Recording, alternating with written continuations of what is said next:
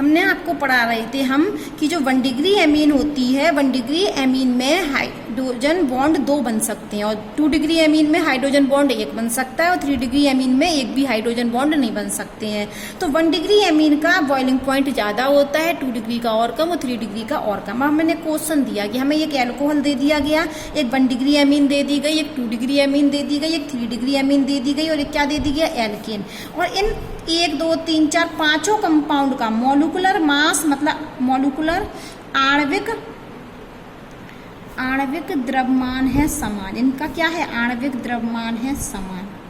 तो जब इनका आणविक द्रव्यमान समान होगा और हमसे पूछा जाए बॉइलिंग पॉइंट का क्रम, किसका क्रम, बॉइलिंग पॉइंट का क्रम, तो सबसे ज्यादा जो बॉइलिंग पॉइंट होगा वो होगा एल्कोहल का। किसका, एल्कोहल का। उससे कम होगा 1 डिग्री एमीन और कम, तो हम पढ़ ही चुके, 1 डिग्री का ज्यादा, 2 डिग्री का कम और 3 डिग्री का। तो यहाँ तो यही क्रम चलेगा, 1 डिग्री एमीन, फिर उससे कम 2 डिग्री एमीन और फिर उससे कम 3 डिग्री एमीन और सबसे कम होगा एल्केन का।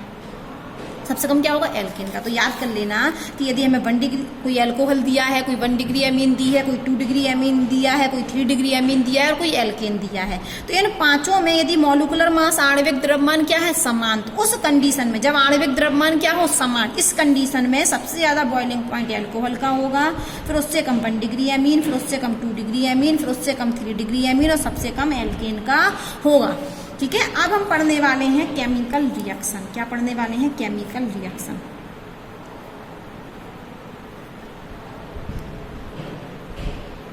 एमीन की केमिकल रिएक्शन हम पढ़ने वाले हैं। तो आप यहाँ देखिए, सबसे पहले हमने एमीन लिया, ये कौन सी एमीन है, 1 डिग्री एमीन, ये कौन सी एमीन है, 2 डिग्री एमीन और ये कौन सी एमीन है, 3 डिग्री एमीन। तो आप यहाँ पर देख रहे हैं कि 1 डिग्री एमीन में 2 हाइड्रोजन है, जबकि 2 डिग्री एमीन में 1 हाइड्रोजन है और 3 डिग्री एमीन में हाइड्रोजन है ही नहीं।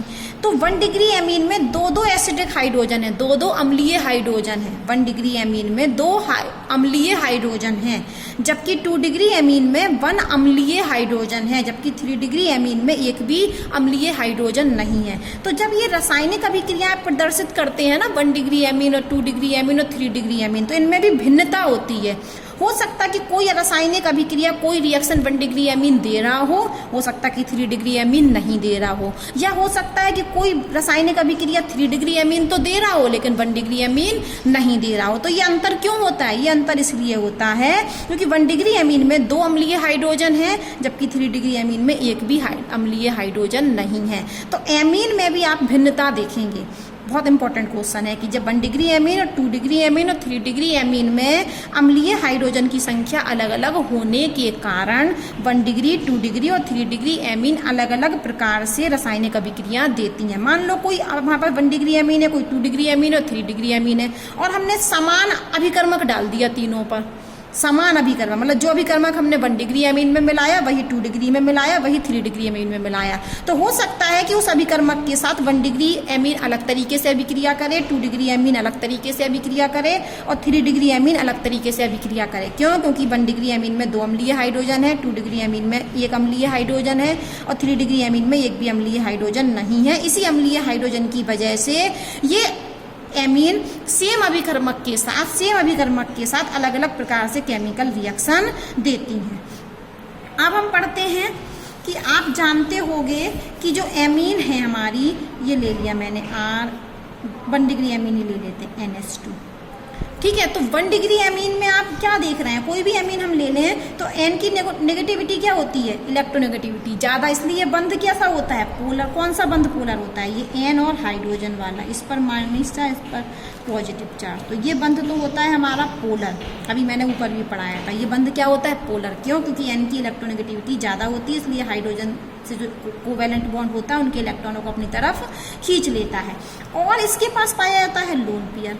नाइट्रोजन के पास क्या पाया जाता है, लोन पेयर। तो लोन पेयर पाया जाता है किसके पास, ये देखो ये है लोन पेयर। तो लोन पेयर की वजह से ये 2 प्रकार से क्रिया कर सकता है, या तो बेस की तरह और या न्यूक्लियोफाइल की तरह। एमीन पर जो नाइट्रोजन होता है उस नाइट्रोजन पर लोन पेयर पाया जाता है और लोन पेयर की वजह से एमीन बेस की तरह भी कार्य कर सकती है और न्यूक्लियोफाइल की तरह भी कार्य कर सकती है। बेस कौन होते थे, जो लोन पेयर को दे दें। तो इसलिए एमीन लोन पेयर देने की क्षमता भी रखता है, इसलिए बेस की तरह भी कार्य करता है और न्यूक्लियोफाइल की तरह भी कार्य करता है। न्यूक्लियोफाइल कैसी स्पीशीज होती है? इलेक्ट्रॉन धनी, ये इलेक्ट्रॉन धनी है। तो हमने सीख लिया कि एमीन बेस की तरह और न्यूक्लियोफाइल की तरह अभिक्रिया कर सकता है। अब हम पढ़ने वाले हैं एमीन का बेसिक कैरेक्टर, क्षारीय नेचर। अब हम क्या पढ़ने वाले हैं? एमीन का क्षारीय नेचर, ये बहुत इंपॉर्टेंट है। एमीनों का क्षारीय गुण, ठीक है। बेसिक नेचर पढ़ने वाले हैं हम एमीन का। तो एमीन का बेसिक नेचर हम पढ़ते हैं और ये बेसिक नेचर हमने कहा ना बेस की तरह व्यवहार करती है। किस वजह से? लोन पेयर की वजह से। तो एमीन में जो क्षारकीय गुण हैं वो किसकी वजह से है? ड्यू टू लोन पेयर की वजह से। तो एमीन में क्षारकीय गुण पाया जाता है किसकी वजह से? लोन पेयर की वजह से। तो आप ये जानते होंगे कि हम किसी क्षार की अभिक्रिया यदि अम्ल से करा दें, ये बात आप जानते हैं, तो क्या बनता है? लवण और पानी बनता है। ये अभिक्रिया आप जानते हैं कि जब किसी क्षार की अभिक्रिया हम अम्ल से करा देते हैं तो लवण और पानी बनता है। तो ऐसे ही हमने क्या किया? एमीन लिया। क्या लिया? एमीन। और एमीन की अभिक्रिया हमने HX से करा दिया। HX क्या है? हमारा अम्ल, ये तो हम जानते हैं। तो हाइड्रोजन हैलाइड अम्ल से करा दिया तो क्या बनता है? यहाँ पर बनता है RNH3। ये जुड़ जाता है। कैसे जुड़ जाता है? देख लीजिए। इस X की इलेक्ट्रोनेगेटिविटी ज़्यादा है तो हेलोजन ने अपने इलेक्ट्रॉन यहाँ खींच लिए, तो इस पर पार्सली नेगेटिव चार्ज, इस हाइड्रोजन पर पार्सली पॉजिटिव चार्ज। तो हाइड्रोजन को इलेक्ट्रॉनों की ज़रूरत है और इस नाइट्रोजन के पास लोन पेयर है, तो ये लोन पेयरों को दे देगा और इस हाइड्रोजन को अपने ऊपर जोड़ लेगा।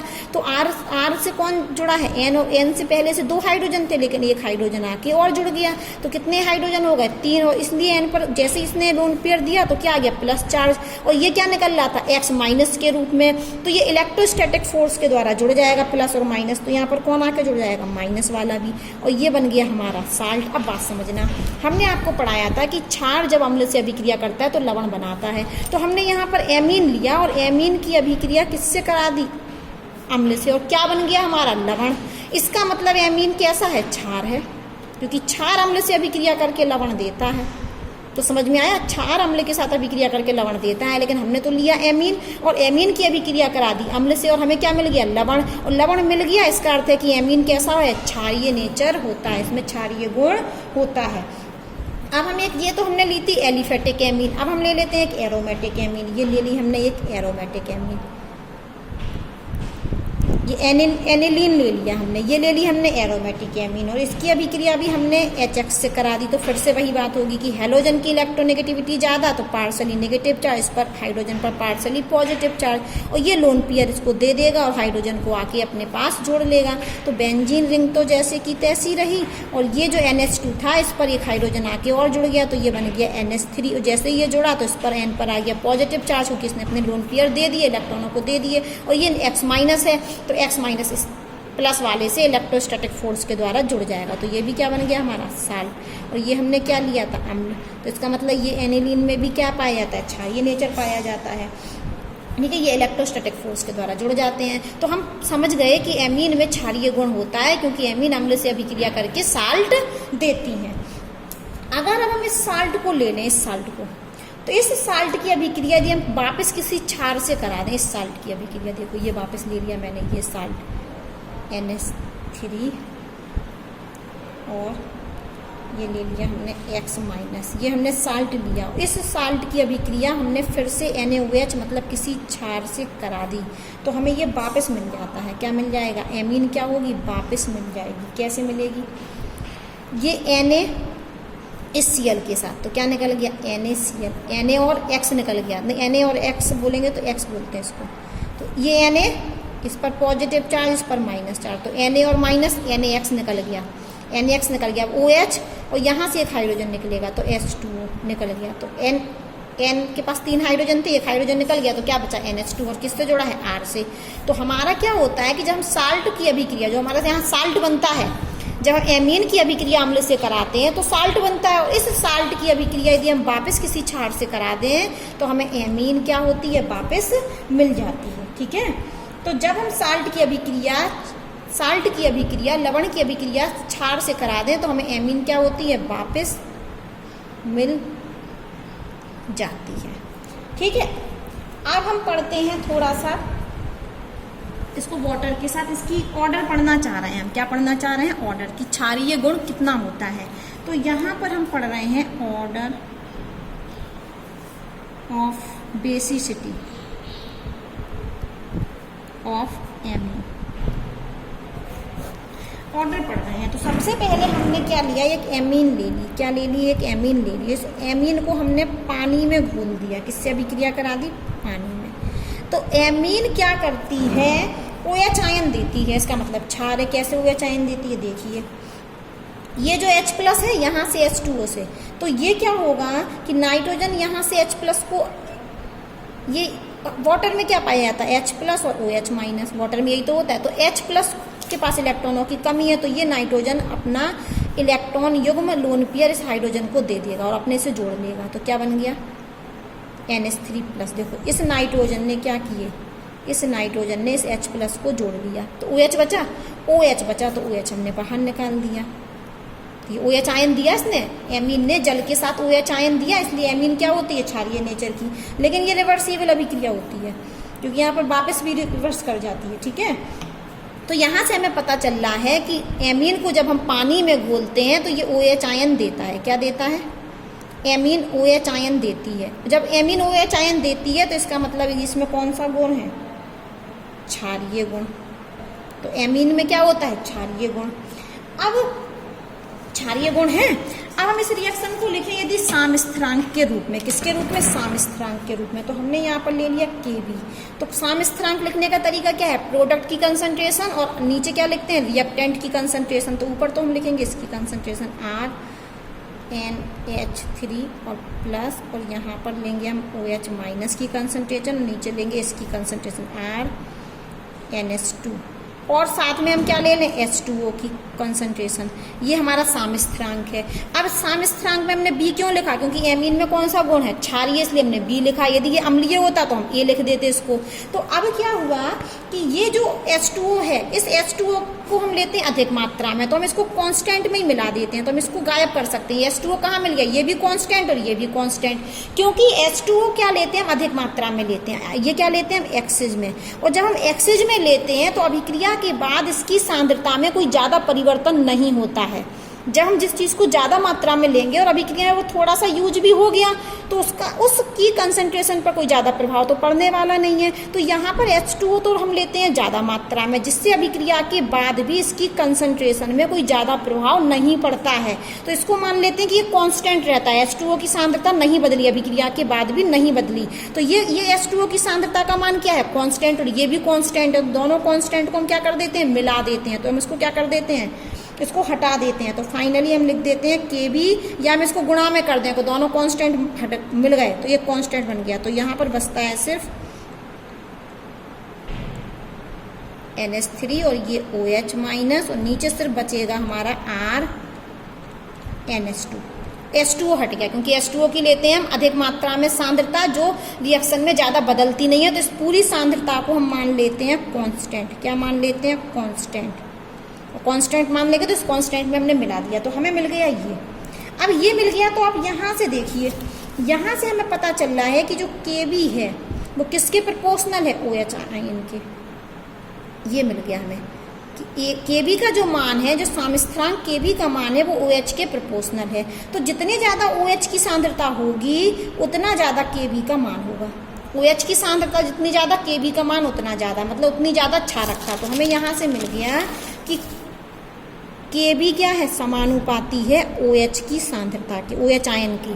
तो जितना ज़्यादा OH आयन उतना ज़्यादा Kb का मान, और Kb का मान ज़्यादा तो मतलब हमारी क्षारकता ज़्यादा। तो हम यहाँ पर लिखते हैं कि OH ज़्यादा, OH आयन ज़्यादा, OH आयन ज़्यादा, तो किसका मान ज़्यादा, Kb का मान ज़्यादा। और Kb का मान ज़्यादा तो हमारा बेसिक नेचर ज़्यादा, मतलब क्षारीय गुण ज़्यादा।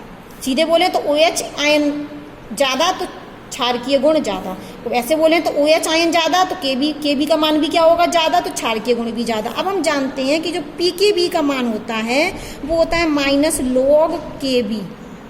तो Kb का मान जितना ज़्यादा होगा pKa का मान उतना कम होगा। इस समीकरण से हमें पता चलता है कि Kb का मान यदि ज़्यादा होगा तो pKb का मान क्या होगा, कम। ठीक है, तो अब इसको हम वापस लिख रहे हैं कि यदि OH की सांद्रता ज़्यादा, OH आयन ज़्यादा, तो Kb का मान ज़्यादा, और Kb का मान ज़्यादा होने पर क्या होगा, pKb का मान कम, नीचे लग गया कम। और बेसिक कैरेक्टर ज़्यादा, बेसिक नेचर क्या है हमारा, ज़्यादा। तो हम 4 तरीके से बोल सकते हैं, यदि OH आयन की सांद्रता ज़्यादा होगी तो बेसिक नेचर ज़्यादा होगा। दूसरा, यदि Kb का मान ज़्यादा होगा तो बेसिक नेचर ज़्यादा होगा। तीसरा, यदि pKb का मान कम होगा तब बेसिक नेचर ज़्यादा होगा। और हमें pKb का मान ही दिया जाता है। देखिए कितनी बड़ी टेबल बनी है, इस टेबल में हमें pKb के मान दिया है। जितना कम pKb का मान होगा उतना ज़्यादा क्षारीय नेचर का होगा। ठीक है, यहाँ पर हमें pKb के मान दिए हैं, तो यहाँ से एक नियम निकल के आता है कि pKb का मान जितना कम एमीन उतनी ज़्यादा क्षारीय होगी। ये नोट है कि pKb का मान जितना कम होगा एमीन उतनी ज़्यादा क्षारीय होगी। तो इस टेबल में सबसे कम मान हमें कौन सा दिख रहा, 3.27, नहीं 3.27 नहीं, 3.00। तो सबसे ज़्यादा कौन सी एमीन है, N ethyl ethane amine, N ethyl ethane amine सबसे ज़्यादा क्षारीय होगी। और सबसे कम क्षारीय कौन होगा, 9.30, ये वाला 9.38, ये सबसे ज़्यादा pKb का मान है। तो ये वाली एमीन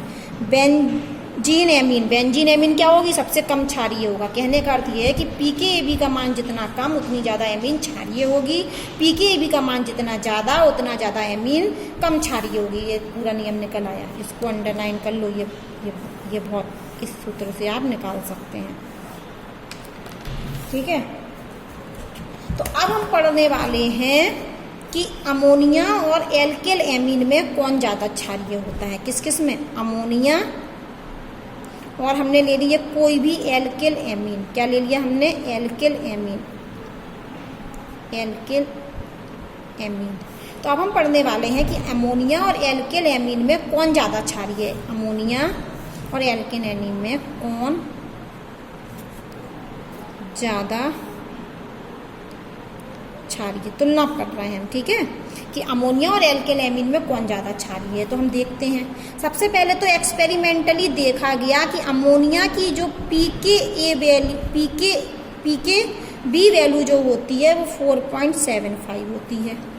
और जो एल्किल एमीन होती है हमारी, जो एल्किल एमीन होती है, उन एल्किल एमीन की pKb वैल्यू होती है 3.75 से 4.22। अब कहोगे इतने से इतने क्यों, क्योंकि एल्किल एमीन भी तो कई प्रकार की होती है, 1 डिग्री, 2 डिग्री और 3 डिग्री। तो 1 डिग्री के लिए pKb का मान अलग होगा, 2 डिग्री के लिए अलग होगा, 3 डिग्री के लिए अलग होगा। इसलिए एल्किल एमीन की यहाँ से यहाँ तक होती है। तो आप देख रहे हो कि अमोनिया की ये मान ज़्यादा है, ये मान क्या है, बड़ा है, ये मान क्या है, छोटा, और ये मान क्या है, बड़ा।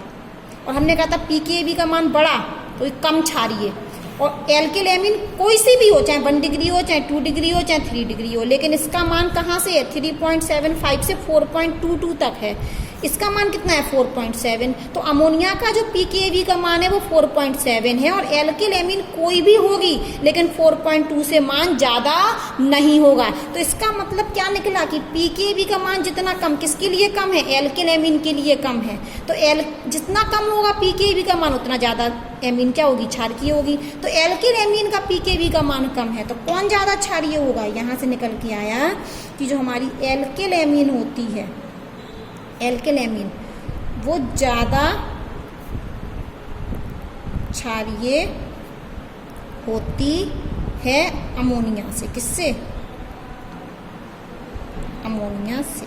इस एक्सपेरिमेंटल वैल्यू देख के देख लिया हमने, सीधे सीधे दिख रहा है कि अमोनिया का pKb का मान ज़्यादा है और जबकि एल्किल एमीन का pKb का मान कम है। तो इस नियम के अनुसार एल्किल एमीन क्या होगा, ज़्यादा क्षारीय होगा, क्योंकि इसका pKb का मान कम है जबकि अमोनिया का pKb का मान ज़्यादा है। तो हमने एक्सपेरिमेंटली देख लिया, लेकिन ऐसा क्यों होता है, थ्योरेटिकली थोड़ा हम समझना चाहें तो थ्योरेटिकली समझने के लिए हम लेते हैं यहाँ पर एक एल्किल एमीन 1 डिग्री ले लेते हैं। तो हमने यहाँ पर R जोड़ दिया और ये 2 हाइड्रोजन जोड़ दिए, चलो ये ले लिया। और यहाँ पर हमने ले ली एक अमोनिया, तो अमोनिया में क्या होंगे, तीनों हाइड्रोजन। और ये हमने RnH2 ले लिया, ये क्या ले लिया हमने, या करके लिखे, तो ये है RnH2 और ये क्या है, या करके NH3, ये NH3 है और ये क्या है, RnH2। तो आप देख रहे होंगे कि यहाँ पर जोड़ा है ये R ग्रुप और ये क्या करता है, प्लस आई इफेक्ट प्रदर्शित करता है। और प्लस आई इफेक्ट का मतलब है इलेक्ट्रॉन को फेंकता है, इलेक्ट्रॉन को क्या कर रहा है, फेंक रहा है। जब ये इलेक्ट्रॉनों को फेंकेगा तो इस नाइट्रोजन पर इलेक्ट्रॉन डेंसिटी को बढ़ा रहा है, इलेक्ट्रॉन डेंसिटी को बढ़ा रहा है। जबकि यहाँ पर कोई R ग्रुप नहीं जुड़ा है तो यह इस नाइट्रोजन पर कोई भी इलेक्ट्रॉन डेंसिटी नहीं बढ़ा रहा है, लेकिन ये R ग्रुप इस नाइट्रोजन पर इलेक्ट्रॉन डेंसिटी बढ़ा रहा है। और अब इस नाइट्रोजन पर पहले से ही लोन पेयर थे और इसने इस R ग्रुप ने इलेक्ट्रॉन डेंसिटी को और बढ़ा दिया, तो ये अच्छे से आसानी से इलेक्ट्रॉन दे पाएगा, आसानी से क्या करेगा, इलेक्ट्रॉन को डोनेट कर सकेगा। और लोन पेयर को देने वाला ही क्या होता है, क्षारीय नेचर का होता है। तो अब ये लोन पेयर को और आसानी से डोनेट कर पाएगा, ये डोनेट तो ये भी कर पाएगा, लेकिन ये हाइड्रोजन इसकी यहाँ पर फेंक नहीं रहा है, मतलब इलेक्ट्रॉन की डेंसिटी नहीं बढ़ा रहा है। तो इस नाइट्रोजन पर इलेक्ट्रॉन की डेंसिटी नहीं बढ़ रही, लेकिन यहाँ पर एक R ग्रुप जुड़ा है जो इस नाइट्रोजन पर इलेक्ट्रॉन डेंसिटी को बढ़ा रहा है। क्या कर रहा है, इलेक्ट्रॉन डेंसिटी को बढ़ा रहा है, जिससे ये लोन पेयर को आसानी से डोनेट कर देगा। जिससे आसानी से क्या डोनेट कर देगा, लोन पेयर डोनेट कर देगा। और जब आसानी से डोनेट कर देगा तो ये अच्छा क्या होगा, ज़्यादा क्षारीय होगा, ज़्यादा क्षारीय होगा। यही तो हमने पढ़ाई थी कि ये हमारी क्या है, एल्केल एमीन। और एल्केल एमीन क्या होती है, ज़्यादा क्षारीय होती है अमोनिया से। कारण क्या है, क्योंकि एल्केल एमीन में जो R ग्रुप जुड़ा होता है वो इलेक्ट्रॉनों को फेंकता है, जिससे नाइट्रोजन पर इलेक्ट्रॉन डेंसिटी बढ़ जाती है और नाइट्रोजन लोन पेयर को मतलब इलेक्ट्रॉनों को आसानी से डोनेट करता है। और जो इलेक्ट्रॉनों को आसानी से डोनेट करता है वो अच्छा क्षारीय होता है, ज़्यादा क्षारीय होता है। तो यहाँ हमने आपको पढ़ा दिया कि अमोनिया और एल्केल एमीन में कौन ज़्यादा क्षारीय है। तो एल्केल एमीन ज़्यादा क्षारीय होती है, pKa के मान से भी पता चल रहा है, क्योंकि एल्केल एमीन का pKa का मान कम होता है, इसलिए भी ये ज़्यादा क्षारीय है। और दूसरा थ्योरेटिकली रीजन है कि एल्केल एमीन में R ग्रुप जुड़ा होता है जो इलेक्ट्रॉनों को नाइट्रोजन की तरफ फेंकता है, जिससे नाइट्रोजन पर इलेक्ट्रॉन डेंसिटी बढ़ जाती है, जिससे नाइट्रोजन अच्छे से लोन पेयर या इलेक्ट्रॉनों को डोनेट कर सकता है। इस वजह से एल्केल एमीन ज़्यादा क्षारीय होती है।